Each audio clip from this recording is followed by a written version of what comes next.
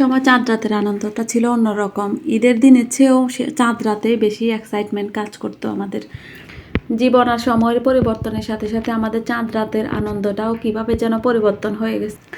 এখন আর ইফতার আনকমপ্লিট রেখেও দৌড় মেরে চাঁদ দেখতে যাওয়া হয় না, সেভাবে চাঁদ রাত উপভোগ করাও হয় না। তবে এখনও ঈদের আনন্দ ঠিকই আছে, চাঁদ রাতে আনন্দ লাগে, কিন্তু এখন একটা অন্যরকম। এখন কিভাবে ঈদের দিনের জন্য কিছু কাজ আগায় রাখা যায়, কিছু জিনিসপত্র প্রিপেয়ার করে রাখা যায় আগে থেকে, যাতে ঈদের দিন তাড়াতাড়ি হয়, সহজ হয়, এবং ফ্যামিলির প্রত্যেকটা মেম্বার কে কী পরবে, কে কোন জামা কোন সময় পরবে, ওইটা ঠিক করে রাখা থেকে শুরু করে সব দায়িত্বগুলো ঠিকঠাক মতো পালন করতে পারলেই শান্তি খুঁজে পাওয়া যায়। দেখেন না, সব কথা বলতে বলতে আমি ফর্মালিটি ঠিক রাখতে পারিনি। হ্যালো এভরিওয়ান, আসসালামু আলাইকুম। কেমন আছেন সবাই? সবাইকে ঈদ মোবারক। দেশে এবং বিদেশে যে যেখান থেকেই দেখছেন, ঈদের আগের দিনের ব্লগ এটা আমার। ঈদের আগের রাতে কি কি করছিলাম সেটা নিয়ে আজকের ব্লগ থাকছে। সবাইকে আবারও ঈদের অনেক অনেক শুভেচ্ছা, ঈদ মোবারক। তো আমি এখানে প্রথমে রান্না বসাচ্ছি গরুর মাংস, হাড়, কলিজা সব কিছু মিক্স করা মাংস ছিল এটা, আর একদম তাজা মাংস ছিল। তো এটা রান্না বসিয়ে দিচ্ছি। মশলা মাখিয়ে আগে থেকে ম্যারিনেট করে রাখছিলাম। এখন শুধু তেলটা গরম করে পরিমাণ মতো পেঁয়াজ কুচি দিয়ে ব্রাউন কালার করে ভেজে নিয়েছি, সাথে গরম মশলাগুলোও দিয়ে নিয়েছিলাম। তারপরে ম্যারিনেট করা মাংসটা দিয়ে একটু কষিয়ে নিব তেলের মধ্যে হালকা ভেজে। তারপরে দেন ঢাকনাটা আটকে দিব প্রেসার কুকারের। তারপরে আর কোনো ঝামেলা নেই, কিছুক্ষণ সময় রান্না করে এরপরে আমি বারবার ঢাকনা উল্টে চেক করে নিব। আর এদিকে চিকেন রোস্ট করব, সেজন্য চিকেনগুলোকে একটু ভেজে নিচ্ছি, হালকা ব্রাউন করে ভেজে নেব। রোস্ট রান্না করার জন্য আসলে মুরগিটাকে অনেকক্ষণ সময় নিয়ে ভাজার কোনোই দরকার নেই, শুধু কালারটা চেঞ্জ হয়ে ব্রাউন হয়ে এলেই নামিয়ে ফেলা যাবে। বেশি সময় ধরে ভাজলে মুরগিটা বেশি ড্রাই হয়ে যাবে, তখন মশলা ঢুকবে না, যখন রোস্টে রান্না করা হবে খেতেও ভালো লাগবে না। একটু সফট রাখলে মশলাটা ভালো মতো ঢুকবে। আর এদিকে মাংসটা একটু নেড়েচেড়ে মিক্স করে দিয়ে তারপরে আমি কিছুটা টমেটো দিয়ে ঢাকনাটা লক করে দিব প্রেসার কুকারের। এই যে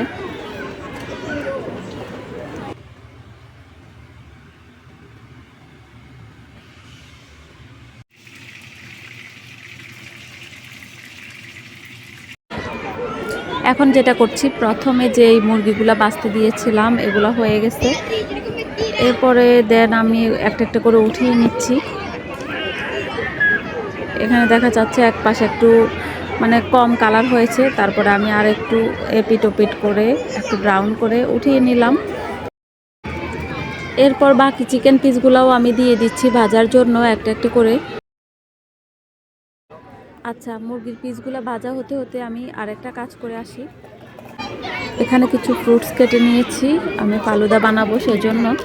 তো কালকের জন্য যেহেতু ফালুদা ঠান্ডা ঠান্ডা সার্ভ করা হবে, আজকে তো বানিয়ে রাখতেই হবে, সারা রাত ফ্রিজে ঠান্ডা হবে। তো আমার বাসায় যে ফলগুলো ছিল আমি ওটা কেটে নিয়েছি পরিমাণ মতো। তারপরে দিয়ে দিলাম উপর দিয়ে কিছু ফ্রাগোলা, মানে হচ্ছে স্ট্রবেরি। তারপরে জাল করে রাখা দুধ আর সাবুদানার যে মিশ্রণটা ছিল ওটা দিয়ে দিচ্ছি এখন।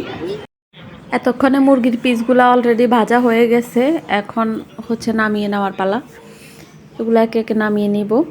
আর এখানে এই যে গরুর মাংসটা রান্না হয়েছে, আর এখানে হচ্ছে কিছু মিক্স সবজি ভাজি, আর এখানে কিছুটা ভাত রান্না করে রেখেছি যদি আমরা রাতের বেলা খাই।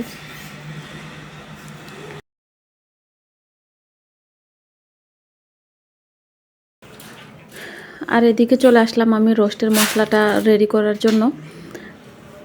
আজকে রোস্ট রান্নার জন্য আমি রাঁধুনির রেডি মিক্স মশলাটা নিয়েছি, এটা বেস্ট ওয়ে শর্টকাটের জন্য।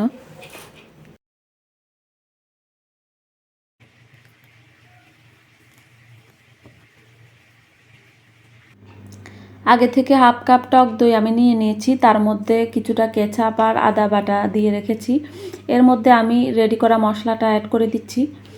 আমার চিকেনের পরিমাণ অনুযায়ী আমি মশলাটা দিব। আগে হচ্ছে কিছুটা দিয়ে আমি মিক্স করে দেখব আমার আসলে কতটুকু দরকার। মিশ্রণটা মিক্স করলে বোঝা যাবে।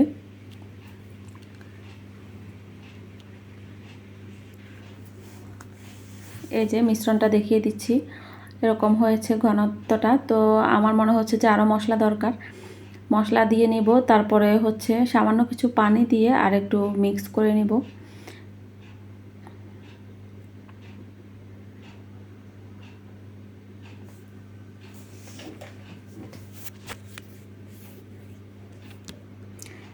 এই রেডিমিক্স মশলার মধ্যে তো সব কিছুই দেওয়া থাকে, তো এর বাইরে আমার আর কিছুই দেওয়ার দরকার হবে না প্যাকেট মশলাটা দেওয়ার কারণে। তো পেঁয়াজ আর রসুন আমি আলাদা করে ব্লেন্ড করে রেখেছি, তার মধ্যে আবার একটু হচ্ছে পরিমাণ মতো কি বলে এটাকে, বাদাম বাটা, পরিমাণ মতো বাদামও একসাথে পেঁয়াজের সাথে ব্লেন্ড করে নিয়েছি। সামান্য একটু পানি দিব, পানি দিয়ে মিশ্রণটা আর একটু পাতলা করে নিচ্ছি। এই যে হয়ে গেল, একটা সাইডে মশলাটা রেখে দিয়ে এখন হচ্ছে রান্নাটা আবার শুরু করে দিই। চিকেনগুলো যে পাত্রের মধ্যে আমি ভেজে নিয়েছিলাম সে একই তেলের মধ্যে আমি রান্নাটা বসিয়ে দিব। সেজন্য তেলটা আর একটু গরম করে নিয়ে আবার পেঁয়াজ কুচিটা অ্যাড করে দিচ্ছি, গরম মশলাগুলো দিয়ে দিয়েছি, কিছুটা এলাচ, দারচিনি এগুলা। তারপরে দিয়ে দিলাম পেঁয়াজ বাটা, রসুন বাটা আর বাদাম বাটাটা। বাদাম বাটাটা দেওয়ার পরে আমি পেঁয়াজের সাথে ভালো মতো মিশ্রণটা মিশিয়ে নিচ্ছি। এরপর ঢাকনাটা বন্ধ করে কষাতে দিব।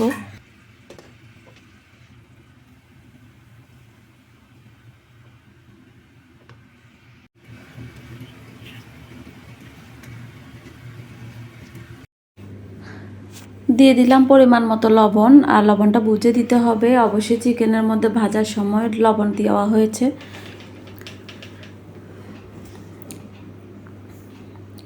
তারপর আমি দিয়ে দিচ্ছি আগে থেকে রেডি করা সেই মশলাটা দিয়ে ভালো মতো মিক্স করে আমি ঢাকনা বন্ধ করে দিলাম। আর এদিকে আমার সোনা পাখি দুইটাকে খাইতে দিয়েছি। জায়রাকে ম্যাক্সিমাম টাইম তো আমি হাতে ধরে খাইয়ে দিই, রাতের বেলা যদি হয়। তো আজকে যেহেতু বিজি টাইম পার করছি, তো ওকে বললাম বুঝিয়ে যে হাত দিয়ে ধরে সুন্দর করে ভাইয়ার সাথে খেয়ে ফেলো। তো মাশাল্লাহ খেয়ে নিচ্ছে, আর আমার আলাদা করে বসে থাকতে হলো না ওকে নিয়ে। আর এই যে মশলাটা কষাচ্ছিলাম, মশলাটা মোটামুটি হয়ে এসেছে, কষানোটা তেল বেশি ওঠা শুরু করেছে। তো নাড়াচাড়া দিয়ে নিচ্ছি, আরও কিছুক্ষণ একটু কষানো হলে আমি চিকেনটা দিয়ে দিব।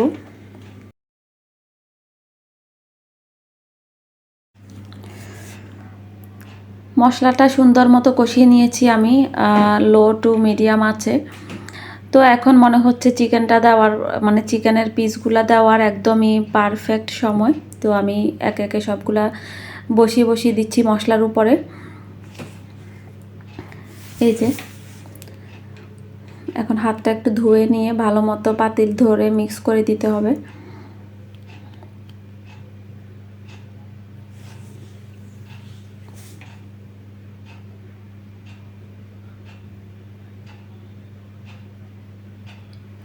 সবগুলো উল্টে পাল্টে ভালো মতো মশলা যাতে ভিতরে ঢুকে সেজন্য আমি ভালো করে মিক্স করে দেওয়ার চেষ্টা করতেছি, আবার ভয়ও পাচ্ছি যে ভেঙে যায় নাকি আবার।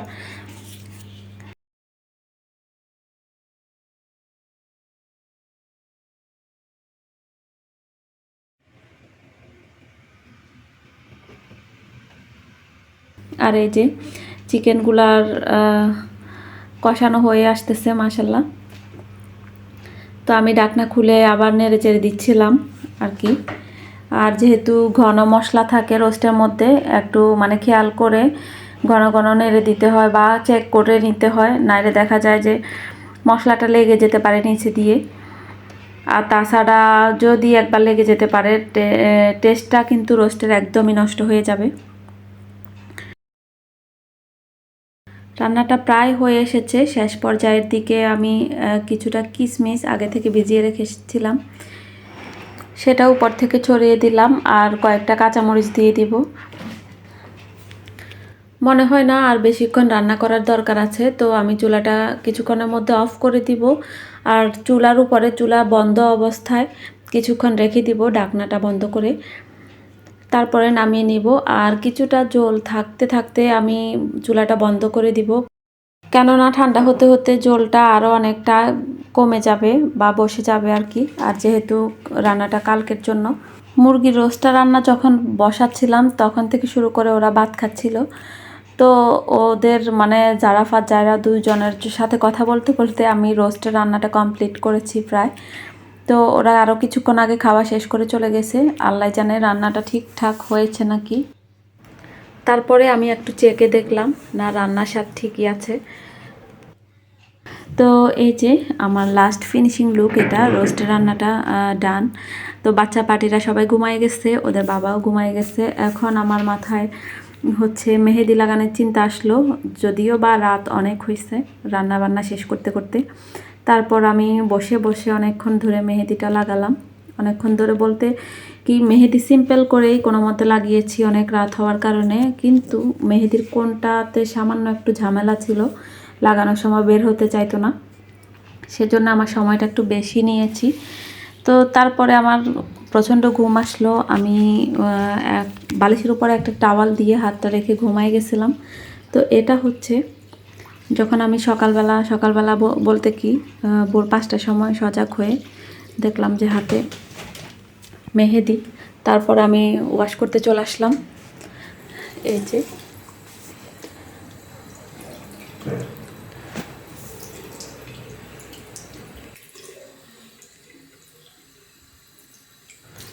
তো সবাই ভালো থাকুন, আজকে এখানেই শেষ করব। আই হোপ সবার ঈদ খুবই ভালো কেটেছে। আবারও কথা হবে নেক্সট কোনো ভিডিও ব্লগে। সে পর্যন্ত সবাই সাথেই থাকবেন। আল্লাহ হাফেজ, আসসালামু আলাইকুম।